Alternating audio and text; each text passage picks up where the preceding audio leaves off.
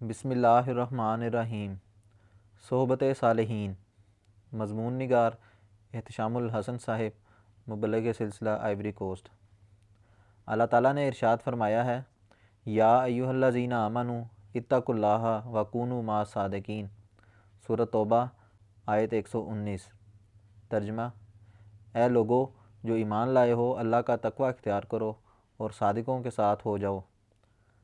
مائیت یا کسی کا ساتھ ایسا نہیں ہونا چاہیے کہ جس کے باعث انسان کی مثال اس شخص کی سی ہو، جیسا کہ خدا تعالیٰ نے قرآن شریف میں ذکر فرمایا ہے کہ ایسا شخص پھر کہے گا کہ یا ویلتا لیتنی لم اتخذ فلانا خلیلا لقد اضلنی عن الذکر بعد اذ جاءنی وکان الشیطان للانسان خذولا۔ سورہ الفرقان آیت 29 و 30۔ کہ اے وائے ہلاکت، کاش میں فلاں شخص کو پیارا دوست نہ بناتا، اس نے یقیناً مجھے اللہ کے ذکر سے منحرف کر دیا بعد اس کے کہ وہ میرے پاس آیا، اور شیطان تو انسان کو بے یار و مددگار چھوڑ جانے والا ہے۔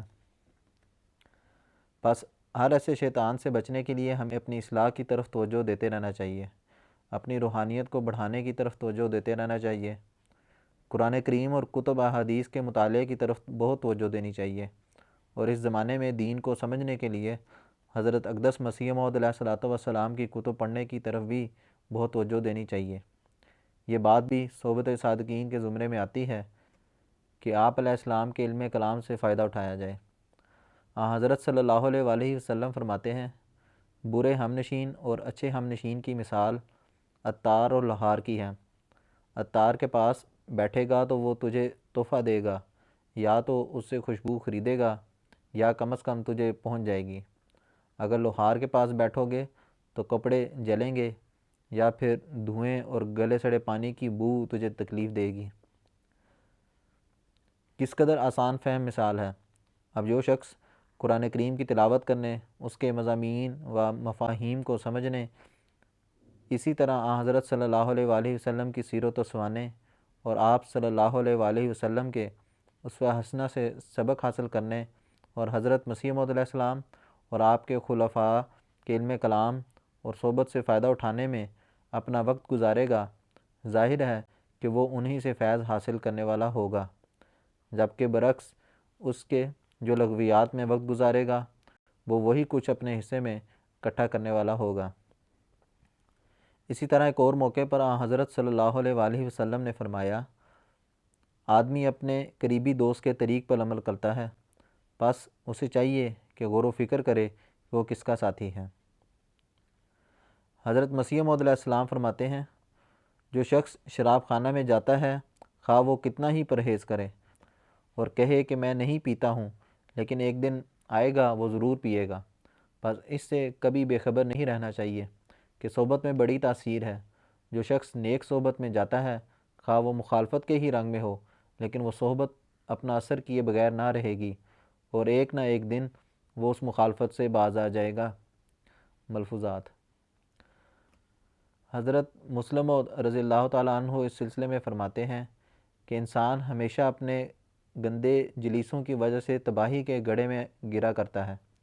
وہ پہلے تو اپنے دوستوں کی مصاحبت پر فخر کرتا ہے، مگر جب اسے کسی مصیبت کا سامنا کرنا پڑتا ہے تو وہ بے اختیار کہہ اٹھتا ہے کہ لیتنی لم اتخذ فلانا خلیلا، کہ اے کاش میں فلاں کو اپنا دوست نہ بناتا، اس نے تو مجھے گمراہ کر دیا۔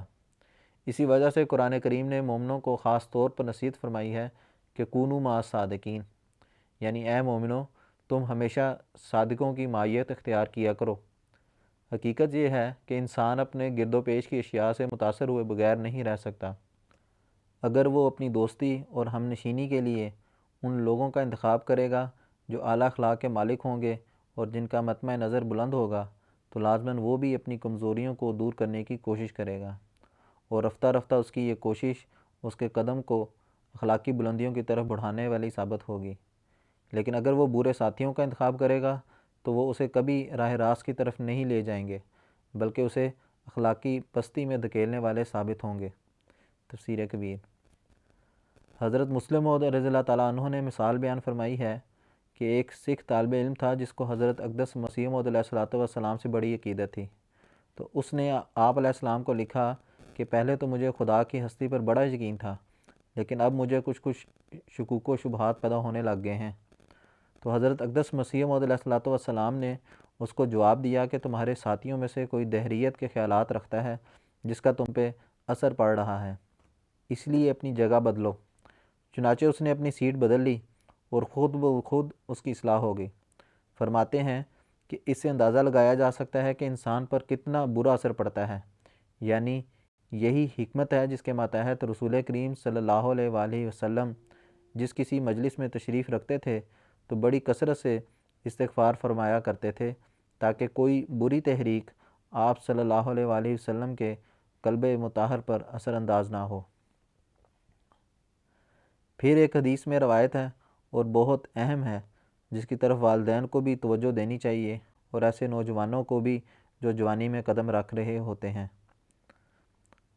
حضرت ابو ہریرہ سے روایت ہے کہ حضور صلی اللہ علیہ وآلہ وسلم نے فرمایا کہ انسان اپنے دوست کے دین پر ہوتا ہے، یعنی دوست کے اخلاق کا اثر انسان پر ہوتا ہے، اس لیے اسے غور کرنا چاہیے کہ وہ کسے دوست بنا رہا ہے۔ اللہ کرے کہ ہم میں سے ہر ایک اپنے ہم جلیسوں میں صادقین اور صالحین کا ساتھ رکھنے والا ہو اور اپنی روحانی حالتوں کی پرواہ کرتے ہوئے انہیں سنوارنے والا ہو۔ خدا کرے کہ ہم ان معیاروں پر اترنے والے ہوں جن کی توقع حضرت اقدس مسیح موعود علیہ الصلوۃ والسلام نے اپنی جماعت کے لوگوں سے کی ہے۔ آمین۔ آواز ابو عبیر۔